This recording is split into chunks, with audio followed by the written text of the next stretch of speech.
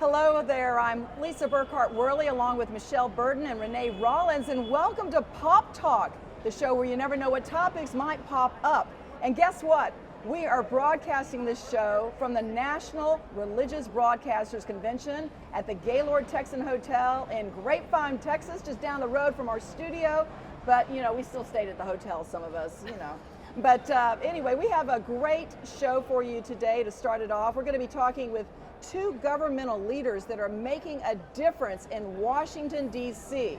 And Renee will have the first introduction. Hey, thanks so much, Lisa. Our first guest here at NRB is Kimberly Genau. She is the executive director and founder of Alabaster House. Through this outreach, Kimberly leads devotionals, prayers, and appointments of chapel times for members of Congress, congressional spouses, governors, and first spouses. So exciting.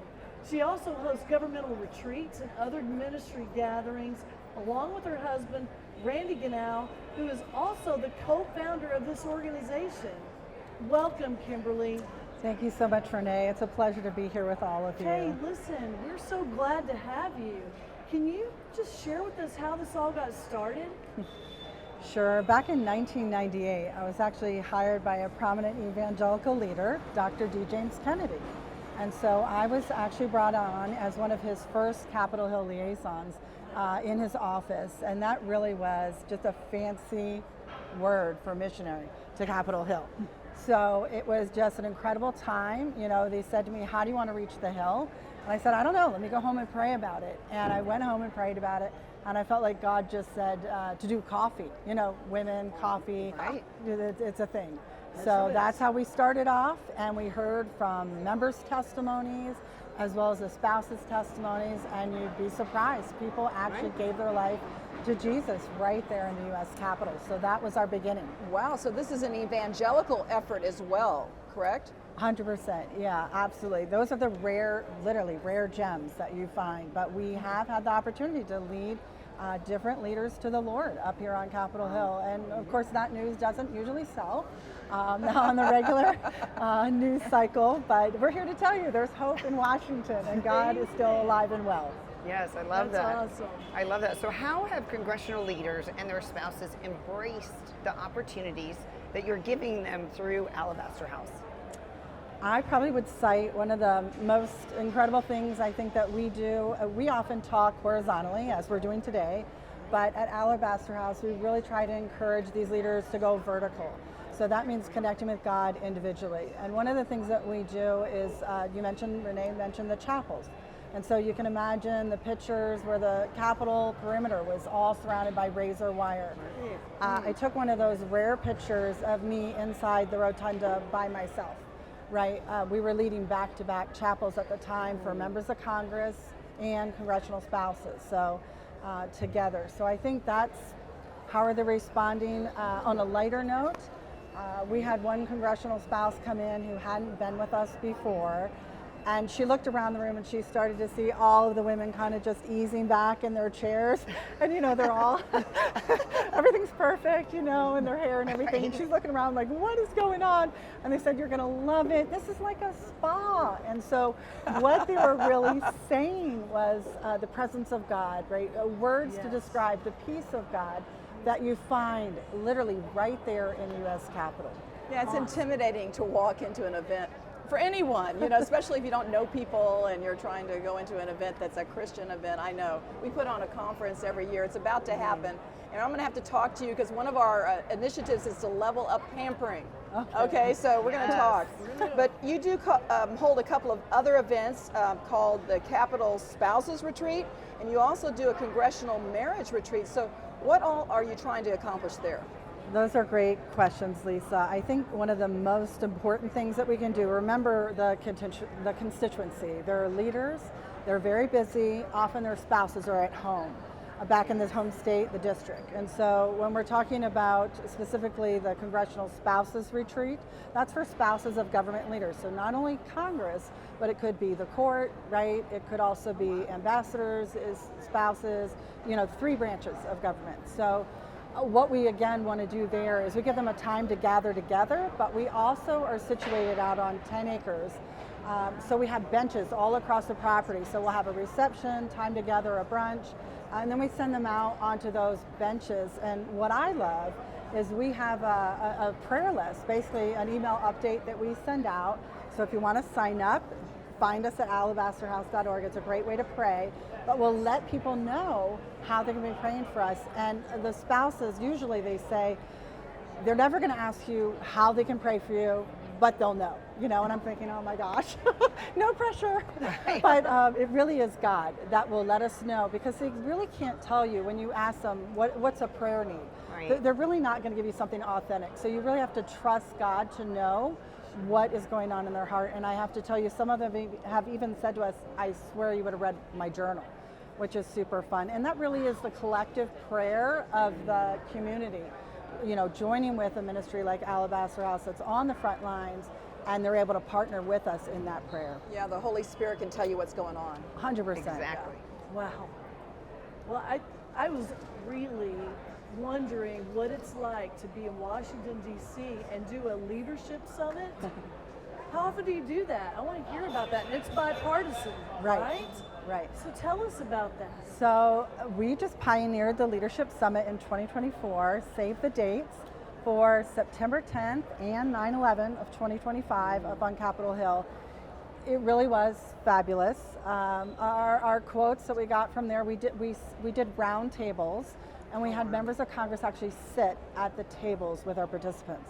That in and of itself was what they said was gold, right? It was just revolutionary, because most leaders will come in, they'll give a speech, maybe you're fortunate to get a Q&A, but to actually spend time with them. And it was really derived, frankly, out of crisis, out of the pandemic, and wanting to equip business executives as well as ministry executives just to see around the corner what might be happening, because as we know, those were hit very hard, right? Ministry shut down and businesses were closed. That's right. So the Leadership Summit is a place to get equipped and to actually develop really your own leadership.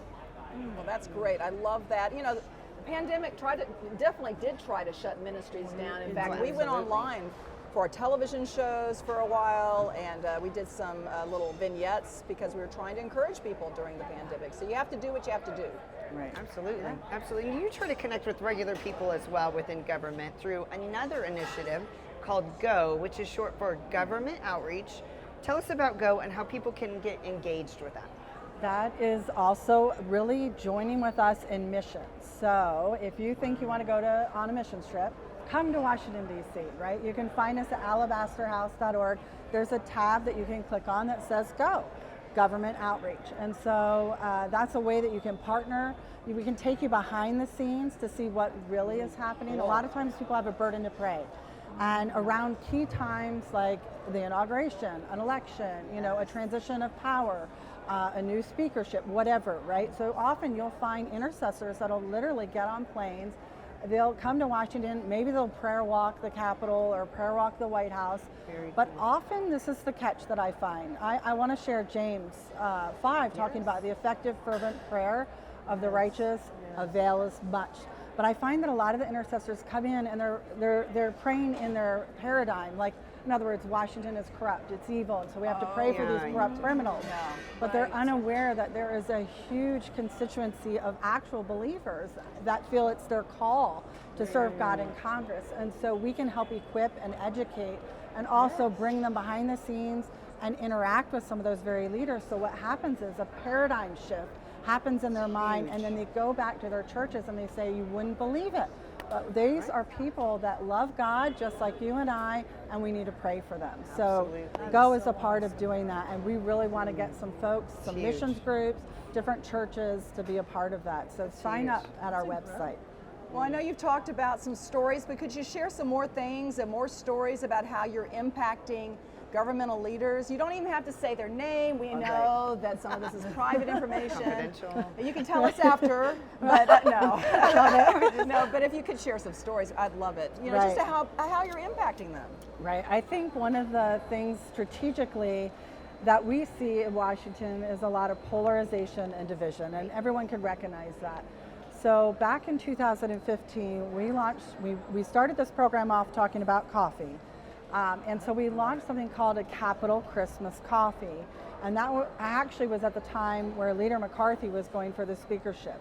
So it was a very polarizing time. We just happened over the years. Now we've been there for 26 years, serving as a spiritual resource to elected leaders and their families. And because of that, as you mentioned, Michelle, confidential prayer, biblical devotions, and friendship, those are our 3 pillars. And so being there for so long, we had built relationships with different people of opposing views. And so we were able to bring some of those key players together in that early coffee back in 2015, which we thought actually changed the spiritual atmosphere there on Capitol Hill, restoring relationships that were not even speaking to one another. People weren't even speaking to one another. And so that was really a highlight of bringing people together, and it was bipartisan. And so every year we host an annual Capitol Christmas Coffee. So Love it. That's Love it. great. And I think you have to develop trust. I think with anyone, but especially on Capitol Hill. Hey, we didn't ask you about how you got the name Alabaster. Can you talk about that real quick? yeah, our logo, when you go to our website, you'll see it. It has 3 columns, and that's the 3 branches of government that you'll see there. Around it is the olive branch. It's extending peace. And then, of course, in the center, well, there's 2 things. Up high, you'll see the eagle, the governmental eagle. And then the middle is really a jar. So it's that alabaster jar. And as we know, that really has to be broken in order to be poured out. And so for us, it's symbolic of, even though these leaders are at the top often of their careers, they are still broken vessels, right? That's right. And they need prayer, they need support, just like you and I do. And often, you know, they're thought of in the realm of, I want to say, like a boxing match. And so we're throwing darts at them, and it's just easy to take them out. And we lose the humanity part of it, where they have kids, they have families, they have struggles.